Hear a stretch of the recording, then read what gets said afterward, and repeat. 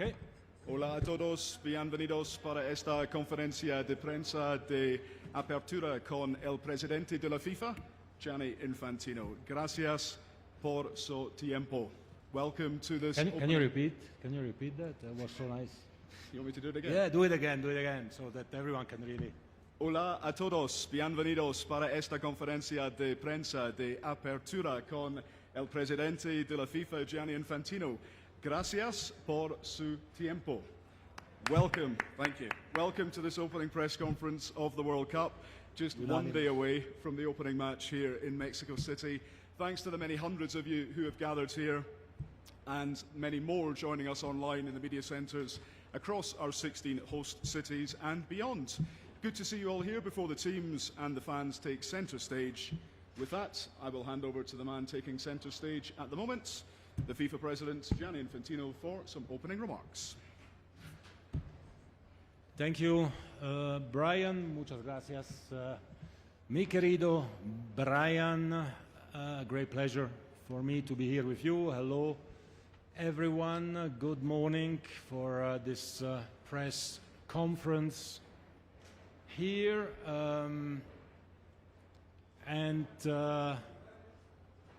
¿Qué pasa? ¿Todo bien? Bien. Bueno.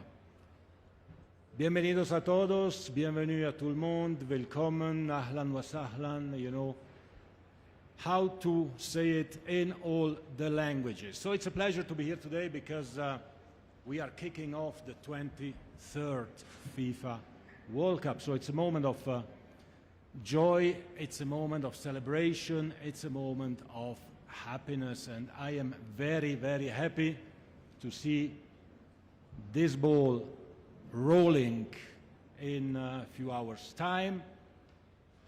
It's put in the right way. And this trophy being awarded in a few weeks' time. The most iconic trophy in the world, the most incredible cup,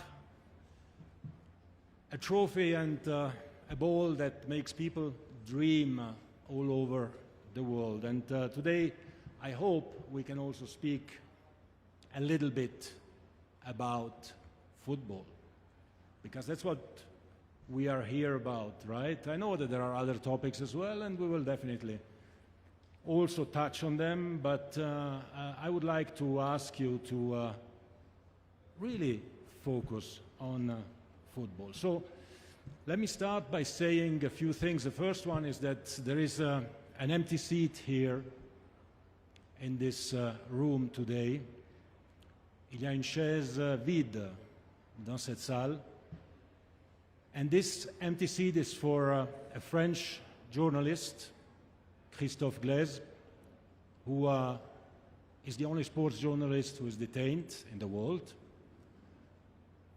And of course he has an accreditation, and of course he has his seat here for him. And I've invited his parents to a game, France-Senegal. But I hope, I really hope, that in a great act of humanity, he will be given grace, the presidential grace, and can even join us here during the World Cup. But for the time he's not here, his seat is here for him, for Christophe. Pour Christophe. I would like to mention as well another journalist, Enrique Macaya Márquez, de Argentina, un periodista que este año va a celebrar su mundial número 18. Empezó a hablar de mundiales en el 1958. Es increíble. Querido Enrique, no está con nosotros hoy, pero sí va a estar al mundial. Un gran abrazo de parte de todos y seguimos así. I'm happy as well to see and to know that 17,000 media representatives have been accredited, is that right? Yes, across all parties. Yep, 17,000 including media partners. So I think this is, I guess, this is a record. But generally, this World Cup, the 23rd World Cup in the history of FIFA, is a World Cup which is breaking records. And for this we are very happy, and for this, before we kick off, I want to say thank you. I want to say thank you to quite a few people, actually. First to you, to the media, to all of you, for relating, for transporting, for bringing to the homes of people the emotion of the game. You know from all over the world what it means to be part of a World Cup, what it means for people to participate, to live a World Cup back home, and you bring it to them, so I thank you for that. Quisiera también agradecer la presidenta de México, Claudia Sheinbaum, todo su gobierno, la administración, todos los gobernadores, los alcaldes, toda la gente de México que nos hace vivir en nuestra casa este mundial tan espectacular. I would like to thank as well President Trump and his administration, everyone in DC, the same in the United States, every governor, mayor, every person who has been involved, every American citizen who makes us come home and live a great World Cup.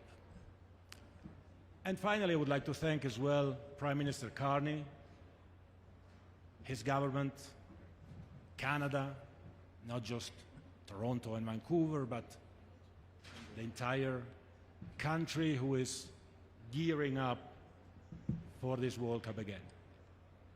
My thanks also to the 48 teams, the coaches, the players, the officials, the staff, the kit people, everyone who is involved in the World Cup. And a big, big thank you also to the fans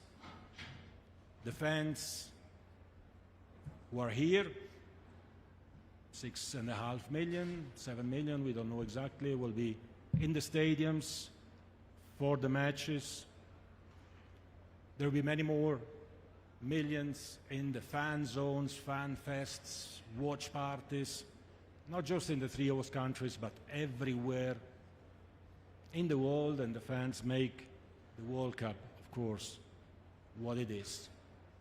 And I would like to thank as well those who are not participating, all 211 FIFA member associations, because it's thanks to the work of all of them that we are here today.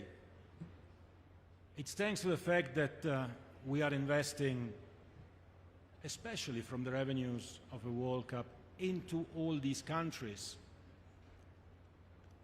that football can grow all over the world, and the dream can be alive all over the world. So, as I said, I would like to speak about football, especially when you are here in this location, in front of this incredible stadium, the Azteca Stadium, or as we call it for the World Cup, the Ciudad de México. Estadio Ciudad de México, ¿sí? ¿Es esto? This is a special stadium. It's an iconic stadium. It's a stadium where Pelé and Maradona won the World Cup. It is the stadium where the match of the century took place, where Italy beat Germany in the semi-final in 1970. By the way, Gianni Rivera, who scored that 4-3 goal, will be here tomorrow, and Rivellino from Brazil will be here as well. It's the match where Manuel Negrete scored that incredible goal in the last World Cup here. It's the only stadium which will have 3 opening games. It is a real cathedral of football, and it is definitely a part of the world that is blessed by the god of football, or the gods of football, because otherwise we wouldn't have lived so many incredible things here. So, before just opening the floor, can I say another Absolutely. few things? Go for it. What's this noise? Air condition? Yes. Okay. As I said, and as you can imagine, to organize a World Cup is not an easy undertaking. So I want to say thank you to my entire team. Some of them are here, others are in the different venues, in the different cities, back in Zurich or in the other offices. A big team that works tirelessly to make sure that we can host the biggest, the best, the greatest, the most inclusive World Cup in the history of FIFA. The biggest event probably in the history of mankind. 3 big countries, 16 host cities, 48 participating teams, 104 matches, 104 Super Bowls in 1 month. You know all this. 6.5 million people in the stadiums, 6 billion watching from home for free. And all these people, they want to enjoy a moment of happiness, a moment where their day-to-day problems can be left aside and they can just enjoy the game and cry if their team loses or cry if their team wins. And just feel this emotion in community with others. And this, I think, is absolutely fundamental. Now, when we work on that, and this is something that maybe many people don't know, maybe you know the numbers, you know that we will generate whatever, 11 billion, 12 billion, 13 billion, we don't know, we will see for the World Cup, that we invest 4 billion for operational costs, that the rest is going into developing the game in 211 countries, including in countries where nobody else is investing but FIFA. We'll certainly speak about that. But an operation like a World Cup is 5,000 staff members of FIFA, is 50,000 volunteers, it's 17,000 media representatives, but it's also 300,000 accredited personnel, 300,000 people who have an accreditation like the one you have, meaning they have a function, a job to do somewhere around the World Cup, from media to security to catering to transportation, everything. It's 300,000 people to make sure that everything happens in the best possible way. We don't have just 16 host cities, we have 500 official sites. Security must be guaranteed in these sites. Transportation must be guaranteed to these sites. Hotels, training camps, other areas. 500 official sites. All this, of course, requires a lot of work. We are preparing for it to work seamlessly, without any issue, without any problem. But of course you can probably not organize an event of such a magnitude in an absolutely perfect way. I, as FIFA president, will always say that what we do is absolutely perfect. Certainly the work that my team is doing is absolutely perfect. Sometimes if they mess it up, it is because of me. But it's true that we are confronted with challenges that we would rather not be confronted, and when we are confronted with these challenges, then we have to deal with them. And sometimes we can solve them, and other times we cannot solve them, and we try just to make the best out of it. So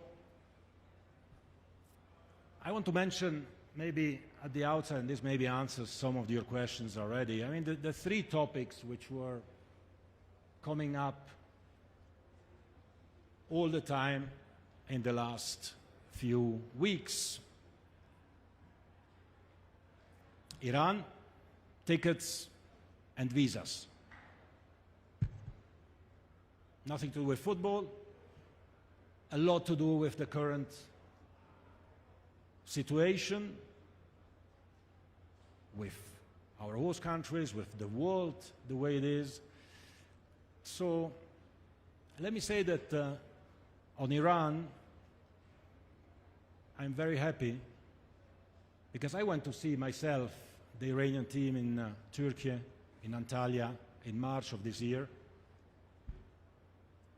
And when people were saying, well, it would be impossible for Iran to come to the World Cup, I told them and I promised them that they would come, and if I had to go with a bus to Tehran and drive them here, I would do that. Their answer was, we will take the bus ourselves and drive it if need be. We qualified and we want to play. And this is the spirit of football. Of course there are challenges. Of course it's not easy. I don't know who else would have been able to ensure that in these circumstances, which we cannot influence, obviously, in these circumstances, Iran could come and play. And where Iran plays, the stadium will be full, and I hope there will be a positive atmosphere, because this is football. This is about people forgetting for a moment their realities and being able to focus on a match and on a team. So I'm very happy that we managed to get Iran to come and play in this World Cup. And I'm proud of the work of my team and grateful to the administrations of the three host countries for having cooperated with us to make this happen. And there are some issues that we are still dealing with, of course, to make sure that everything goes in the right way. The second topic is tickets.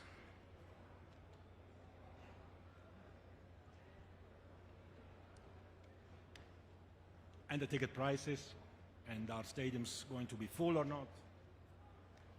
You tell me if I forget something, Brian. Well, don't worry. Or you will tell me certainly as well. So we sold until today over 6 million tickets. There are always tickets on sale. As you know, we also need always to keep some tickets for those teams who qualify for the additional rounds. The demand has been unprecedented, but not unprecedented by a little bit, but unprecedented by a factor of 10 or more. The number of ticket requests we received has been absolutely incredible, and I want to start there as well by thanking all the fans who bought a ticket, who are buying tickets to come to the World Cup. The World Cup is a unique event, an event that takes place every 4 years. The last World Cup in this part of the world was in the last century, in 1994 for the US, in 1986 for Mexico. We don't know when the next one will be.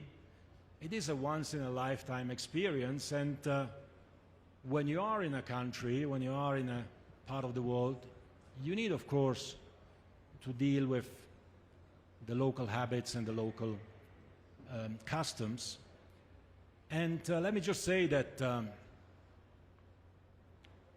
our entry price, which is $60, is the lowest entry price of any of the American sports in the playoff phases. Our average price, which is below $500, is again the lowest of the American sports. On average, if we take the playoffs, I think we can at least compare the playoffs of an American sport with the World Cup. If you look at the final of the NBA, the Knicks against San Antonio, I don't know how many people are watching that on TV, 10 million maybe, I don't know. The World Cup will be watched by 6 billion people. So in terms of importance, the World Cup is much, much more important. And the fact that when we put these tickets on sale, they go on the secondary market, which is absolutely legal here, and they are sold for a much higher price. This certainly shows that the prices were accurate in terms of the way they have been determined. You can also imagine that these decisions are not just taken like this, somebody wakes up and decides on a price. There is a lot of analysis, a lot of work, a lot of experts who are involved in deciding what should happen. And when it comes to this legal investigations or complaints that were made in some states in the US, let me say there as well that we are very relaxed about it, because before starting to sell 6.5 or 7 million tickets, we check what we do with the best lawyers, with the best experts. If we do something wrong, then probably everyone selling tickets in North America is doing something wrong as well. But because this makes headlines, it's good as well to put it a little bit in a context. And let's say California, who was the first one. I was in Los Angeles yesterday as well, by the way. Fantastic fan fest there at the Coliseum. Sold out for tomorrow. 40,000 people will watch the opening of Mexico, South Africa in Los Angeles Coliseum. Beautiful. So in California, we sold around 800,000 tickets for the games in Los Angeles and San Francisco. Now, out of these 800,000 tickets, we had 3. Not 3,000, not 300, 3 customers who complained. I think a 4th one came since, so it's 4. And all these cases were solved before, of course, these investigations started. So we welcome every investigation. We are happy to present everything, and we are happy to make our case. But what is most important in all of that is that every dollar that we generate goes back into football. If we were, like everyone else in football does by now, selling our TV rights on pay TV, like everyone else, and nobody is shocked about that, then billions of people in the world will not have access to the World Cup. We would generate 4 times more revenues, and we could give the tickets probably for the matches for free. They would still end at the black market and in the secondary market and be sold at thousands of dollars. So we have to strike a balance. And for me as FIFA president, it is important that we invest in all the countries where nobody wants to invest. Who is investing in South Sudan? Who is investing in Sierra Leone? Who is investing in Bhutan or in East Timor or in Vanuatu? Nobody. We do it, and we do it thanks to the revenues that we generate. And when it comes to ticketing in particular, and ticketing in this World Cup in particular, it is also connected with events like concerts, halftime show, pre-match, during the halftime, at the final, which again are connected with the FIFA Global Citizen Education Fund, where we want to raise money to invest in education, again, all over the world, in Africa, in Asia, in Oceania, Central, South America, everywhere where there is a need is where the money goes. So I thank very much all those who are contributing to make this happen. Now the third point about the visas, also there we have heard and read a lot. Truth is, we have been able, when it comes to the US in particular, where the highest number of games are taking place, to organize with the American administration the FIFA pass system, so a speedy procedure to obtain the visas, which I am told is working. Now, maybe it's not working always and with everyone, but in the vast majority of situations it is. We have obtained that the bonds or the payments which had to be made on some countries in Africa have been waived, so they don't have to be made for those who are coming to the World Cup. No government has obtained that for their citizens. We obtained it for the fans. Of course, it is unfortunate as well what happened to Omar, the referee from Somalia. But again, we don't control everything. We try, we will discuss, we will speak, we will see. Maybe sometimes it's good as well to just, chill, relax. We work on everything. We try to solve everything. Sometimes to immediately start screaming and shouting has the opposite effect of finding a solution. Believe me when I tell you, or don't believe me if you don't want, but we try always to find solutions. Always. But then we need to respect that we are not the kings of the world who can rule over governments and police forces and I don't know what. We are a sports organization. We try to do our best with the means that we have to make as much as possible. And in this, and I conclude, we want to unite the world. And if I can ask you one thing, again, if you want to criticize me, it's fine. It's okay. But promote the unity of the World Cup. Promote people coming to the World Cup, feeling those emotions that all of you have been feeling when you were children, and I hope you can still feel them now, because we want to unite the world. And speaking about uniting and unity, I want to give you two more pieces of information. Also there I've been reading a lot and I've not been saying anything. So we just have reached an agreement and signed a memorandum of understanding with FIFA, the Players Union. And this is good news. It's about unity, about bringing everyone together, because we've always been having dialogues. Now, sometimes you don't agree. When you don't agree, well, you can go and say it to everyone, or you can sit down and discuss and see what makes more or less sense. So we signed a memorandum of understanding with FIFA. Everything is agreed.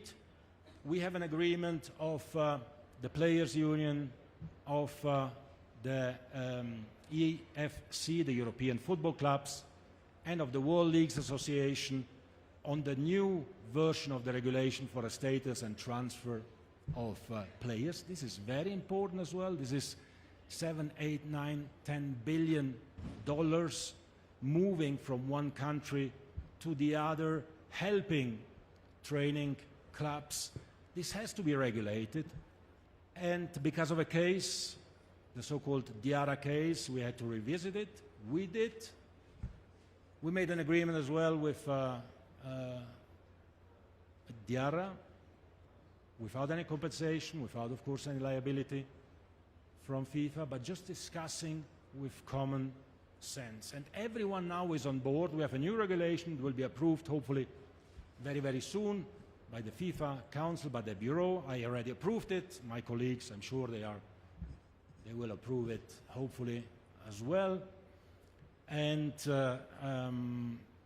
we will be able to start the World Cup and then also the transfer season and so on with a much more united landscape in the world of football.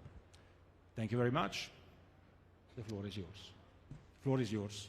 Thank you very much, Gianni. Okay, time for questions. Please wait for the microphone. One question each per organisation. I want to try and get to as many of you as possible. If you could state your name and organisation.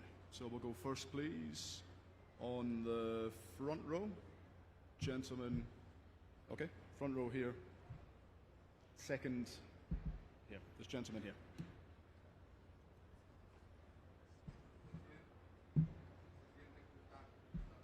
Buenas tardes.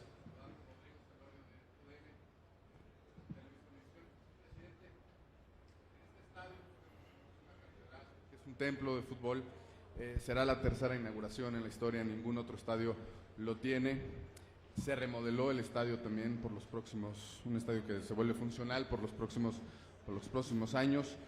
¿Qué sensación tiene, presidente, usted de esta inauguración con todo lo que se envuelve en estos últimos años y de tener un partido de la selección mexicana, por supuesto, inaugurando la Copa del Mundo? Gracias, presidente. Muchas gracias por la pregunta. Bueno, la verdad, como presidente de FIFA es una emoción única para mí estar en este estadio inaugurando el Mundial número 23. Yo nací un día 23, el 23 de marzo, pero eso no tiene nada que ver. Pero sí nací en 1970, que fue el año del primer Mundial en México y mi papá, y esto me emociona mucho, me contaba de este estadio que por inmigrantes italianos en Suiza parecía algo en otro planeta, pero que nos dio a mis padres tanto orgullo y por los resultados de la selección italiana, por supuesto, pero también por este Brasil increíble, Pelé, que ganó este mundial con un equipo absolutamente increíble. 86, lo mismo con Diego, una emoción también única. Bueno, nos recordamos el el gol de Diego, la final con Alemania. La verdad creo que este estadio está vamos a decir, bendito, blessed, ¿no? Es bendito de los dioses del fútbol, porque ha visto cosas increíbles de poder albergar el tercer partido de inauguración de un mundial, del primer mundial que se coorganiza en 3 países, porque esto también es importante, parece nada, pero es importante que 3 países como México, Estados Unidos y Canadá trabajen conjuntamente para organizar el mayor evento del mundo y demuestra que cuando queremos lo podemos hacer. Y creo que la magia del Azteca ha jugado un papel importante. Gracias. Gracias. Gracias. Okay, we'll go to third row. Gentleman in the glasses there. Third row.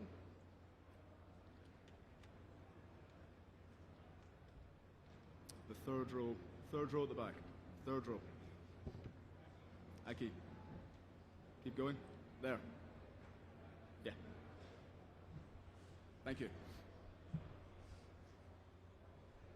Sí, hola Gianni, José Hola. Luis Díaz del diario AS. Llevamos muchos meses hablando de todos los problemas, has estado tú media hora hablando de los problemas que se han suscitado y solucionado, pero estamos hablando muy poquito de fútbol. Creo que estamos ante el momento que todos esperamos durante 4 años. ¿Qué se espera de este Mundial? Vuelven a estar Messi, vuelven a estar Cristiano, estarán dentro de 4 años otra vez, seguro, conociéndoles. ¿Qué expectativas tiene FIFA sobre este Mundial y sobre, bueno, qué opinión tienes tú en concreto favorito o no favoritos, háblanos un poco de fútbol. Claro. Bueno, muchas gracias. Absolutamente. Creo que va a ser, y no soy yo que lo digo, que no, entiendo muy poco de fútbol, como sabéis, pero tengo gente a mi alrededor que conoce muy bien el fútbol. Este mundial va a ser seguramente uno de los más espectaculares de la historia, porque ya hoy es muy difícil ver quién puede ganar este mundial. En pasados mundiales había siempre 2, 3 favoritos, luego había una sorpresa, pero en este mundial la verdad es muy difícil, ¿no? Pueden ser los europeos, España, Francia, Inglaterra, Alemania, Italia, no, Portugal, por supuesto, puede ser Brasil, Argentina, bueno, Ecuador, Colombia tienen muy buenos equipos también, puede ser Marruecos o Senegal, de África, sorpresas, no sé, Japón tiene muy buen equipo también y lo hemos visto, Noruega tiene buen equipo, va a ser muy difícil ver o decirlo anteriormente quién puede ganar. Y por eso creo que va a ser espectacular. Va a ser espectacular también porque vamos a tener distintos equipos que juegan en distintas partes de los 3 países. La altura en Ciudad de México, clima tropical en Miami, en el oeste de Estados Unidos, otro clima.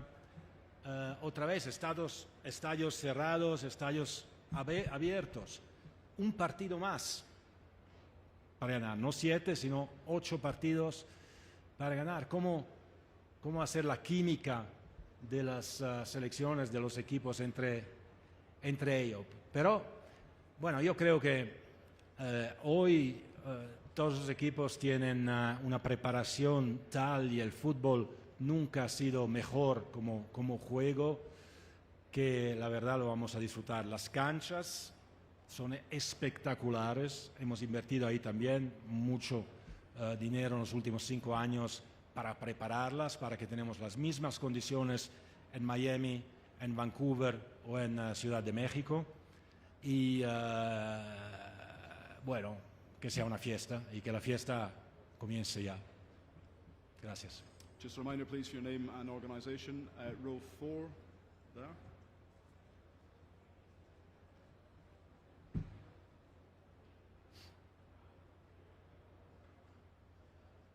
Thank you. Dan Rowan, BBC.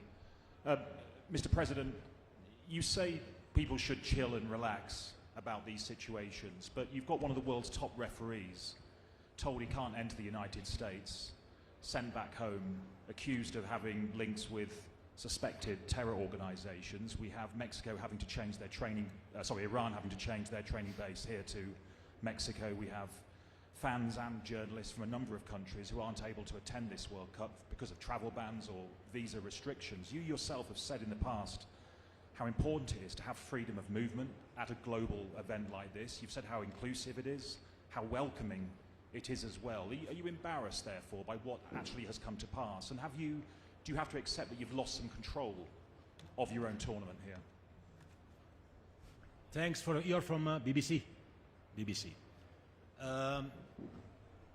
You know, in 2035, I think, we hope, the Women's World Cup will be in the UK, right? Still needs to be a decision, but looks like. Would you find it normal that FIFA would dictate to the British government who to let in the country and who not to let in the country? I don't know. Maybe you find it normal. I would like, personally. On the other side, the reality of the matter is that in every country there are governments. Try to get into the UK, into Germany, into Switzerland. without a visa, try to get a visa if you are from a certain country. It's not easy, that's what I want to say.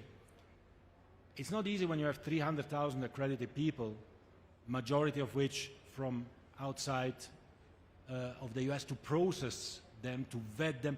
You don't know, unfortunately, our world is, you know, a very aggressive world, and security goes above everything, and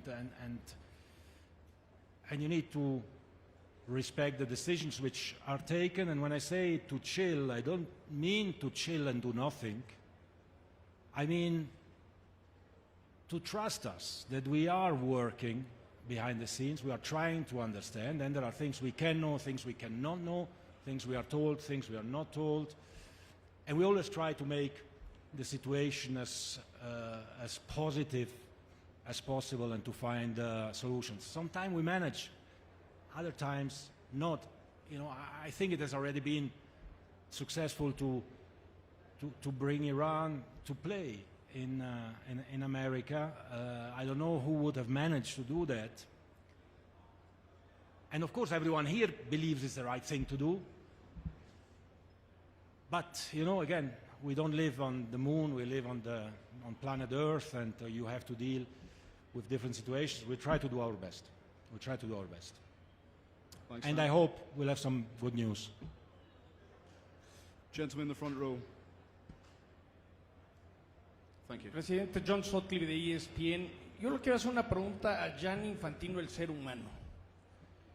Hoy vivimos un tiempo que hay gente en guerra, gente que no se lleva, falta de empatía.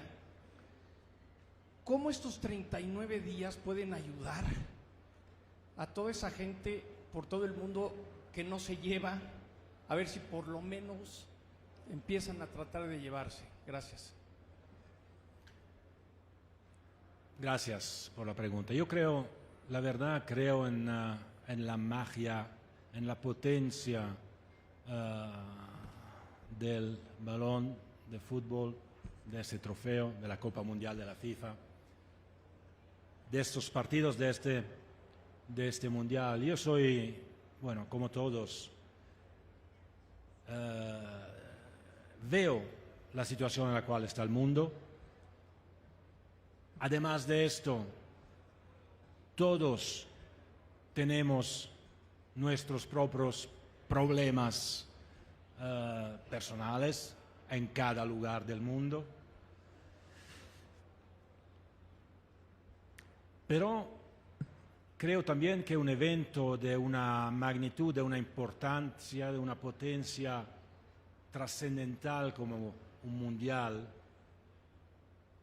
puede ayudar, porque estoy convencido que el ser humano es bueno y no malo, profundamente bueno y no malo.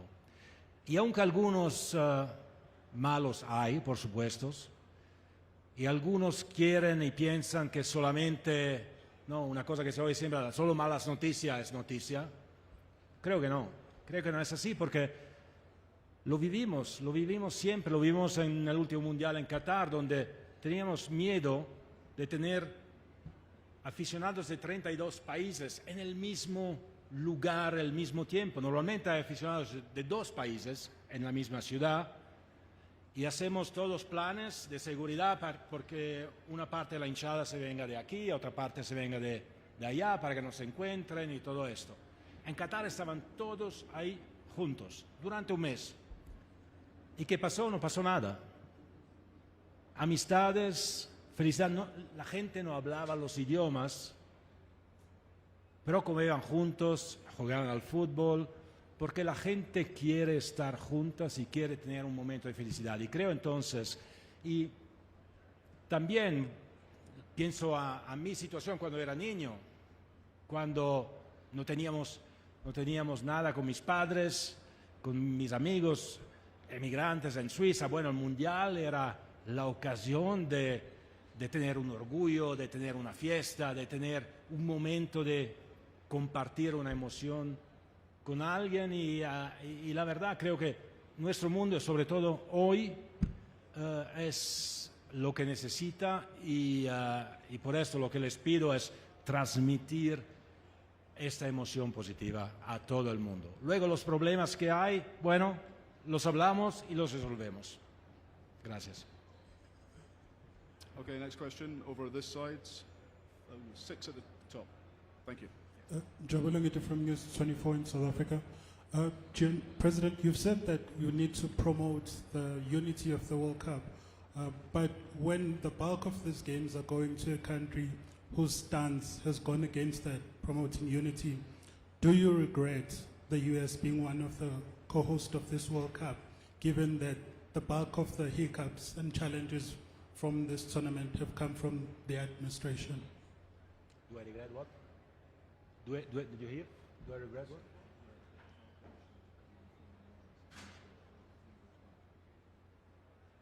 No, I don't regret anything. I think, I mean, you know, I've been organizing events for the last, I don't know, 30 years probably, between UEFA and FIFA.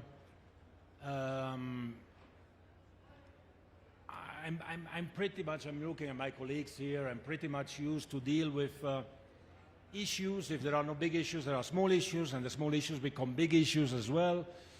The press conference I made 3.5 years ago, you all remember that. The issues there were different, probably bigger. We were giving, and I was feeling that I have to give the voice to all those who are unheard, the global south or whatever I've been told.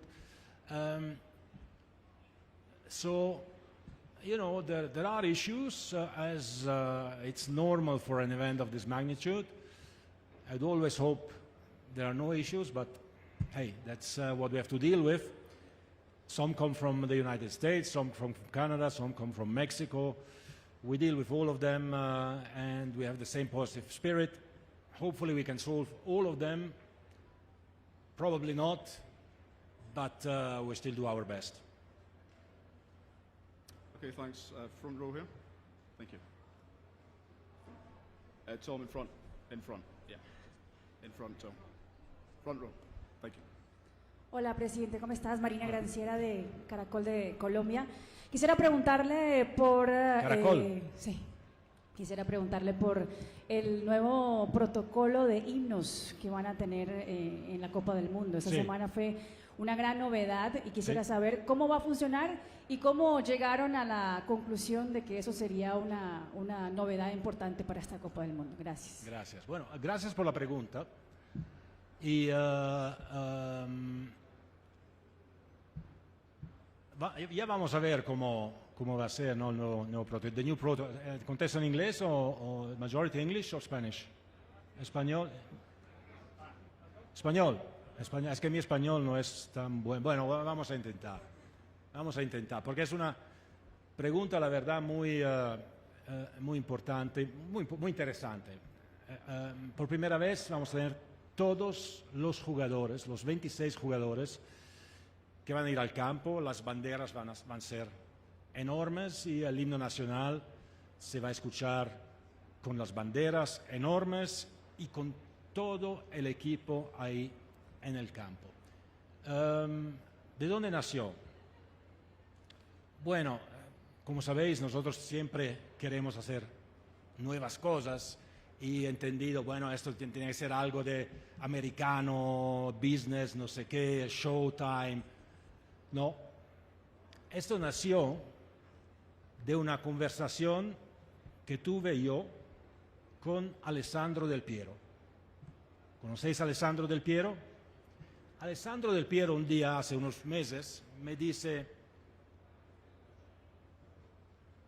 ¿por qué no piensas a poner todos los jugadores en el campo durante el himno? Le digo, ¿por qué? Porque somos todos parte del mismo equipo. No sé si es porque cuando él marcó uno de los goles más lindos de los mundiales, que era el 2-0 de Italia contra Alemania en Dortmund en el Mundial 2006, él entró del banquillo. O sea, en el banquillo entró y marcó este gol increíble. No sé si es por esto que me lo dijo, pero me dijo, sí, somos todos parte del mismo equipo. Y para mí tenía razón y entonces hemos empezado a hablarlo todos juntos. I broke the news here. You didn't know. Nobody knew this, right? Me parecía interesante, lo hablamos con otras personas de fútbol, jugadores, entrenadores, y todos pensaban que era una buena idea de hacer participar a todos los jugadores. Porque en el fútbol de hoy tenemos 11 en el campo, 5 sustituciones, pueden ser 6, puede ser hasta una más. Y durante un mundial pueden jugar, la verdad, todos los jugadores. Y entonces hacer que puedan sentirse parte de este momento tan emocional, que es el momento del himno nacional, creo que es algo de positivo para todos los jugadores, la gente, la afición, y espero que se vea de esta manera. Luego vamos a ver cómo funciona, no lo sé. Esto nos vamos a sorprender. Gracias por la pregunta. Okay, thank you. Second row, please. 5 in.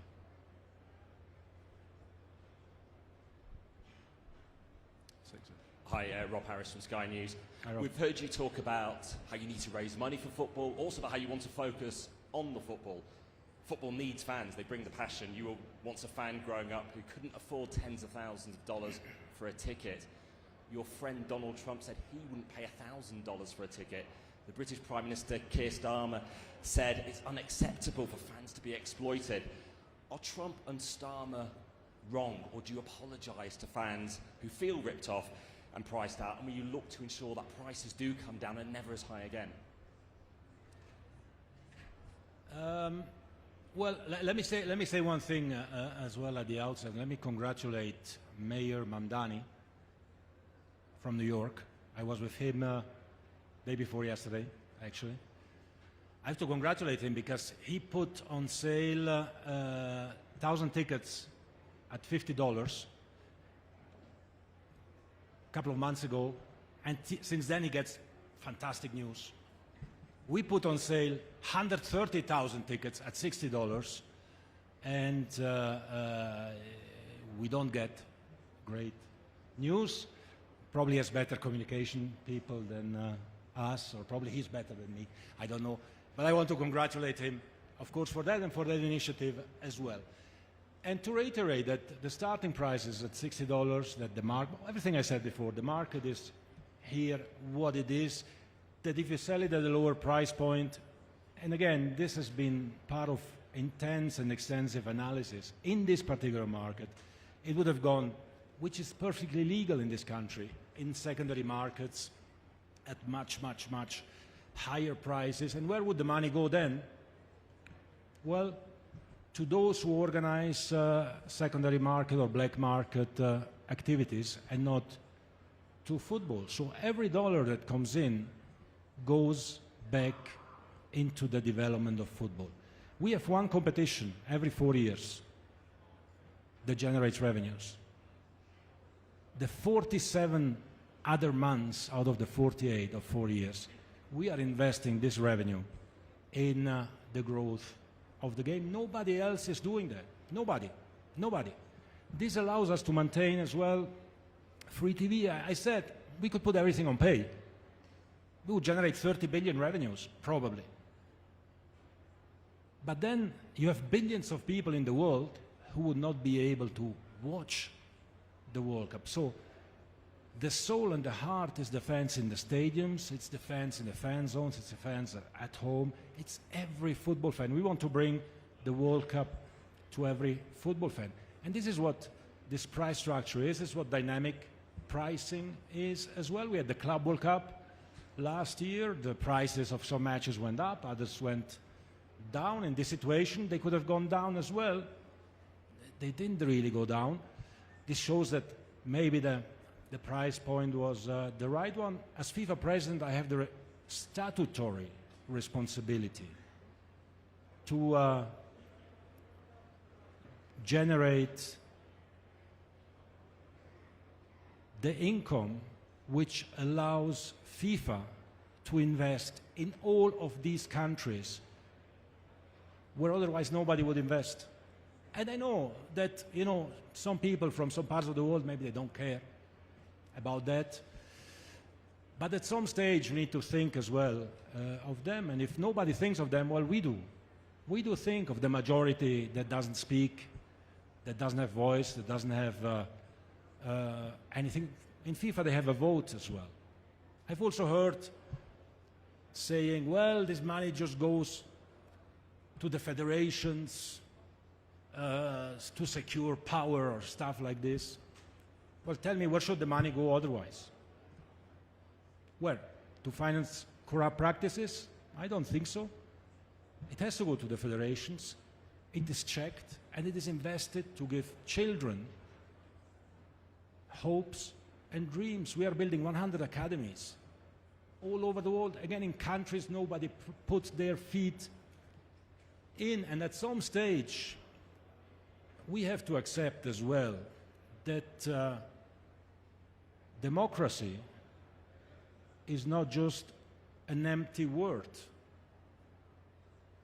And if we accept democracy, we have to accept the one member, one vote situation, and that if we were putting on a vote certain things, well, they would go in a certain direction. This is what makes FIFA different from anyone else. I know that there was some medieval practice in some parts of the world, and you know which ones, where rich people would have more votes than poor people. I don't know if you would like, not you, but if anyone would like to go back to that system. Maybe some would like. Well, it's not right. It's not going to happen. Thanks God this is the medieval and we are now in the second, how do you call it, 21st century, right? So we continue to invest. We continue to thank everyone who helps us investing in football all over the world, and we want to see players from all over the world playing. In the Club World Cup last year, only in the final, we had players from 16 different nationalities and 5 different continents playing. This would be impossible without the World Cup, without the revenues generated at the World Cup, and it would be irresponsible if we don't generate the right revenues in this market as the right revenues in every market that we do. Look at the debutants. Cape Verde, do you think Cape Verde would ever had the chance to qualify for a World Cup? They qualified. For them it's, maybe nobody cares about Cape Verde or Curacao, but for them it's the most important thing in the world, and for me as well. Haiti, they don't play in their home since 5 years. 5 years. And they qualify to the World Cup. I've been to see Haitian boys and girls in Miami. I was in Haiti some years ago.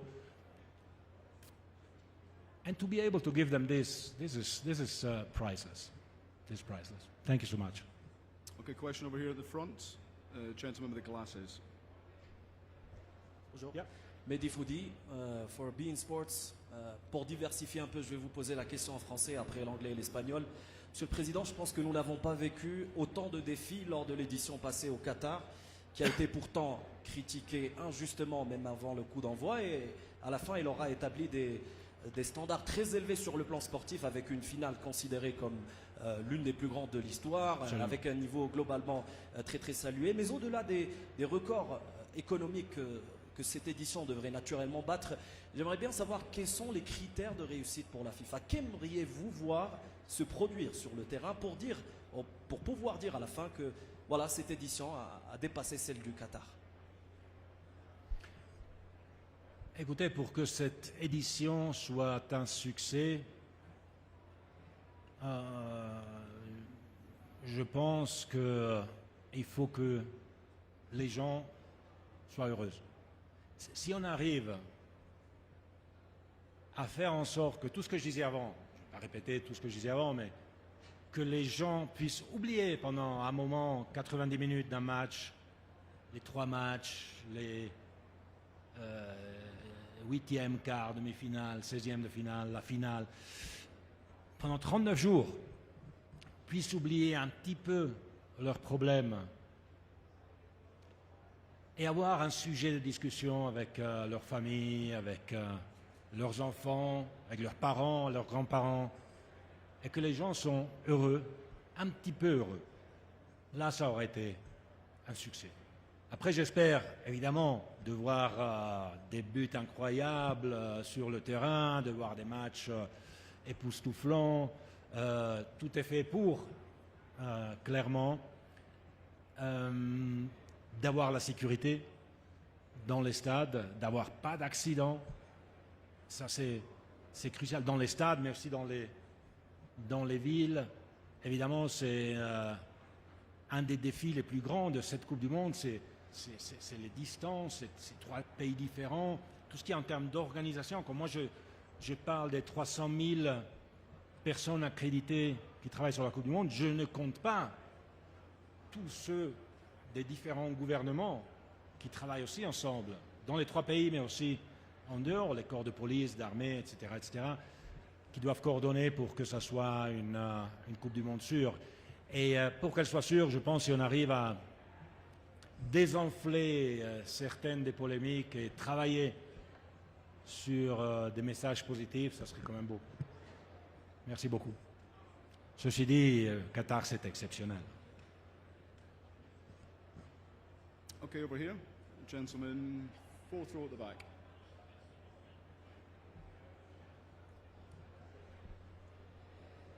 Diego Macías de Olé, de Argentina. ¿Qué tal? ¿Cómo estás? Primero, darte en vivo el agradecimiento a Enrique Macaya Márquez, que por un familiar me acaba de agradecer el mensaje con el cual arrancaste la charla. Y luego preguntar, para Argentina fue muy importante la confirmación de que Messi iba a estar en el Mundial. Para Argentina lo es. ¿Qué es para el Mundial tanto que esté Messi como la afición argentina y sus características? ¿Qué? ¿Qué importante es para el Mundial, más allá de Argentina, que esté Messi? ¿Y qué importante, cómo puede ser para ese color de unidad la afición argentina? Bueno, la afición argentina es absolutamente espectacular, excepcional. En el Mundial en Qatar, me acuerdo que 2 horas después de los partidos todavía estaban 20 y 30 mil argentinos en el estadio a cantar muchachos y todo, muchachos, no, fantástico. Y la afición en un mundial es algo de espectacular. Hemos vivido también el año pasado en el Mundial de Clubes, los aficionados de River y de Boca, espectaculares también. Creo que la afición de las selecciones es más familiar también, porque hay padres con hijos, con mujeres, familias que vienen. Y lo vamos a vivir no solo con la afición argentina, pero con muchas aficiones que lo van a disfrutar en este Mundial. Bueno, el hecho que Leo Messi juegue este Mundial es, por supuesto, bueno, es muy importante para Argentina, es muy importante por toda la gente que le gusta el fútbol, por el Mundial, es lo mismo con todos los grandes jugadores, Ronaldo, Mbappé, Dembélé, Haaland, Yamil, todos, y todos los que olvido, que ahora me vais a matar porque se olvidó de este o de este, Harry Kane, Brian Swanson, Andy Robertson y todos, ¿no? Cada uno tiene su propio ídolo. Mi ídolo cuando era niño, y no le interesa a nadie, pero se lo digo de todas maneras, era Evaristo Beccalossi, que se murió hace un par de semanas, y le doy un abrazo, que para mí hubiera tenido que jugar titular en la selección de Italia en el 82. Nunca jugó en la selección italiana y Italia ganó el Mundial y lo celebramos de toda manera también con Paolo Rossi, al cual le doy también un abrazo. Gracias. Okay, thanks. Last question, Wall Street Journal.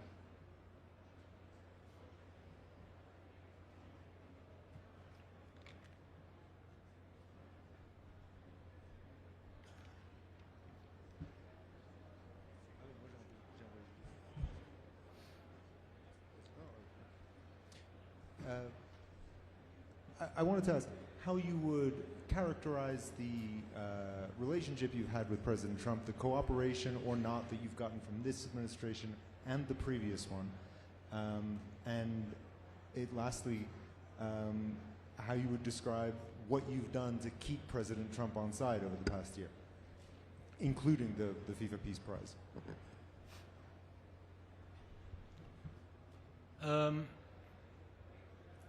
Thanks for the question. Well, I have a great relationship with President Trump. I'm very happy about that. I got to know him during his first mandate, and we have been working very closely together now in his second term.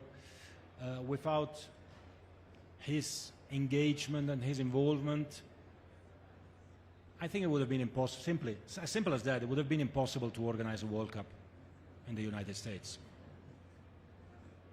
He understood immediately the magnitude of the World Cup, the impact of the World Cup, and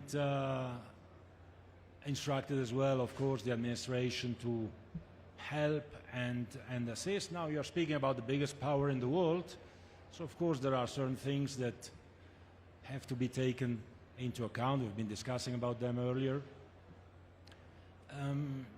But to be able to exchange with the President on important topics, with his administration, to put everything on the table without asking for anything, but trying to explain, I think is probably the key to having a positive relationship. That's the way I see it. Okay, thanks. Sorry? That's it. All for time, thank you. That's us finished. That's us wrapped. Finished? Yeah. Okay, thank you. Okay, media at FIFA.org for any questions. Otherwise, thank you for your time and enjoy the tournaments. Thanks, everyone. Thank you. Enjoy the World Cup. Enjoy the World Cup. Thank you so much. And don't give a hard time to the two coaches who will come afterwards. Huh?